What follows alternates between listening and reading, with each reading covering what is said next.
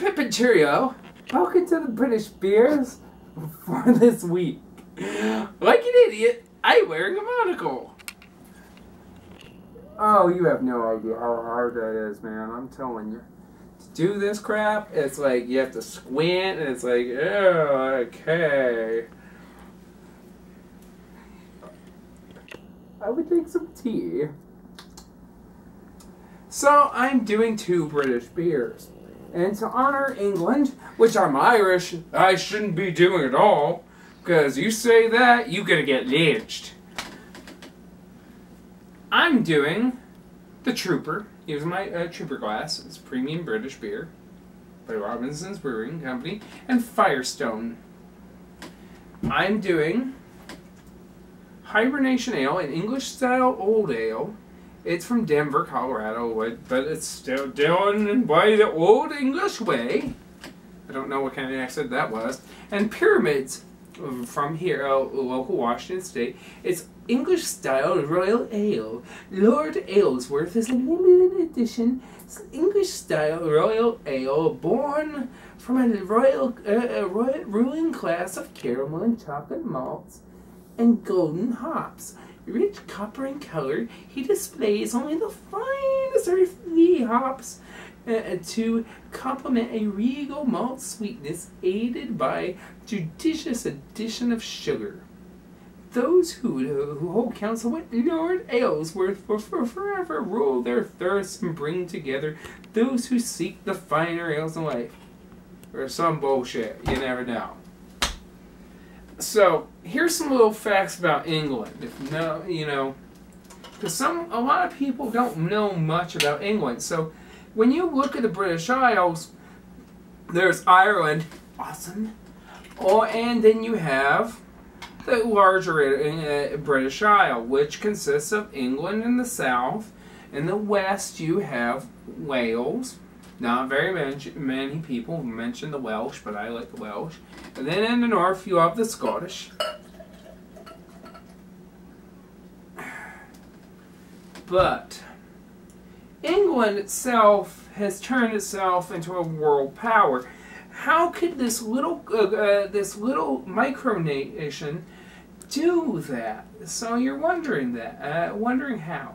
So, throughout its history, okay, England was conquered by the Romans, and then eventually after Roman rule, you know, they had their Celtic nation state. Well, not really, it was about several other little kingdoms feuding with each other. But then you have the Angles and the Saxons, who are Germanic in nature, come over. And then up until about 1000 AD, they were running the show. There were Viking incursions every once in a while. Something to note, York was the first Danish Viking stronghold, and it was the last in England until they left. You have a horn dance and cheese rolling festivals as being the only the oldest festivals in England. Not the only ones, I mean, of course. I mean, if they were the only ones, my God, it'd be really boring. England's kind of boring, I'm sorry.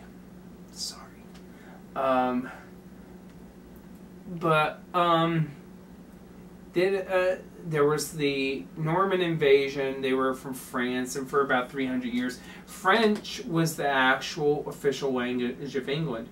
Then you have eventually the War of the Roses, and then you have the rise of the Tudor family, who were originally from Wales. And eventually you have the colonization, and then Britannia becomes the world power. If you understand the anime Code Geass, yeah, except they're in America, which had the royal family superseded into America after a failed American Revolution and a socialist revolution that actually occurred in England during the 1800s. But that's alternate history. An awesome animated series if you like it. But England has a very big beer tradition. You have the rise of porters and stouts, and primarily India Pale Ales were an English invention because they use Indian malts. So, I'm going to try the Hibernation Ale. It's an English-style old ale, and it was brewed and canned by Great Divide Brewing Company of Denver, Colorado. And it's got this guy who's on his skis. He's coming down from the mountains, and he's all chilly, and it's all nice and wintry. Pip, pip. All right. Very dark beer. There's not much aroma.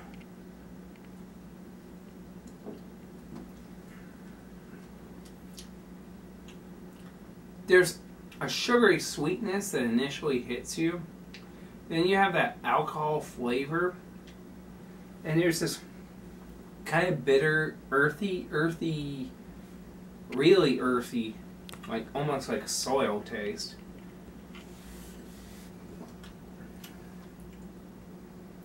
But that sweetness hits you, and then there's that strong, earthy bitterness. I don't know what to think about it. I'm not a big fan of that earthy bitterness. The earthiness I can handle, but it's so bitter. It's almost like a sweet bread initially, and it tastes like sour dirt. So I don't know. I'm gonna give this like a 3.2. It's not the best.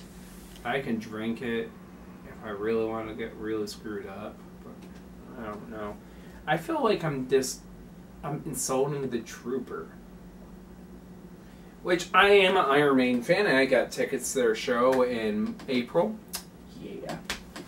So I feel like I've dishonored them. I'm sorry, Iron Maiden, for this unworthy beer. So, next is Lord Aylesworth. Makes me want to put on the monocle again. Let us drink from Lord Aylesworth.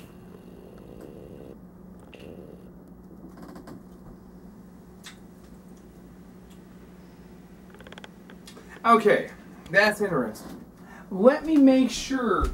I'm going to do something. I need a palate cleanser to see if this flavor is not lingering from the hibernation ale. And yes, I'm using Lesser Evil Buddha Bowl Foods Himalayan Organic Coconut Oil Popcorn.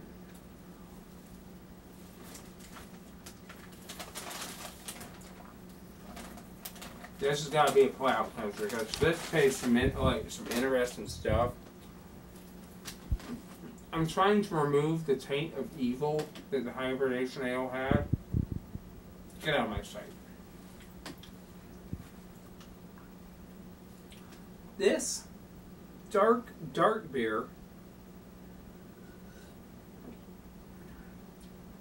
has a very sugary sweetness, but it's not too sweet. Has that sugary sweetness that hits you, and it has a little bit of sugary aftertaste. But it has kind of hoppy, but not too hoppy. But tastes kind of like a caramel.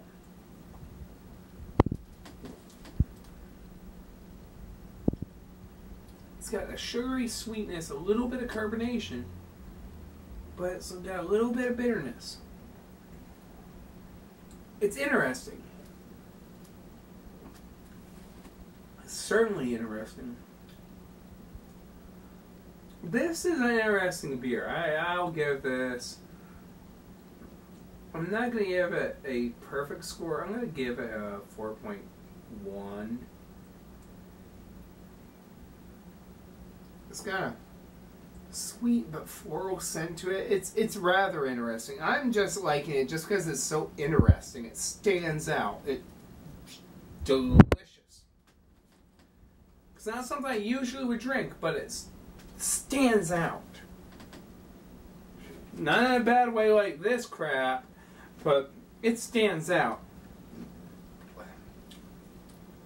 Lord Aylesworth, you have proven yourself worthy.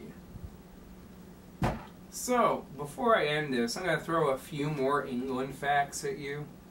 So, Did you know, guys, that England is 74 times smaller than the U.S.?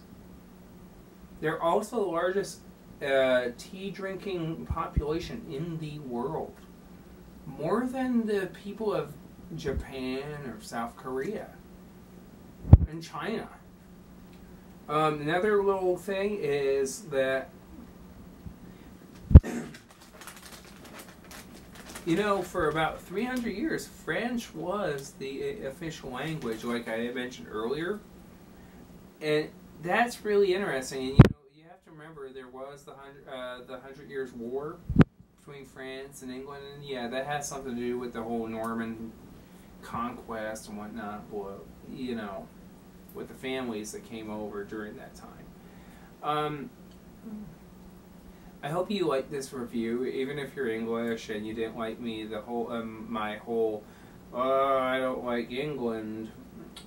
You know, I didn't say it outright and subtle, but I was being subtle about it. I hope you enjoyed this review. Yeah, I'll be doing some more reviews later on, probably about the next few weeks. Getting ready for Christmas. But I hope you enjoyed this. Have a good night.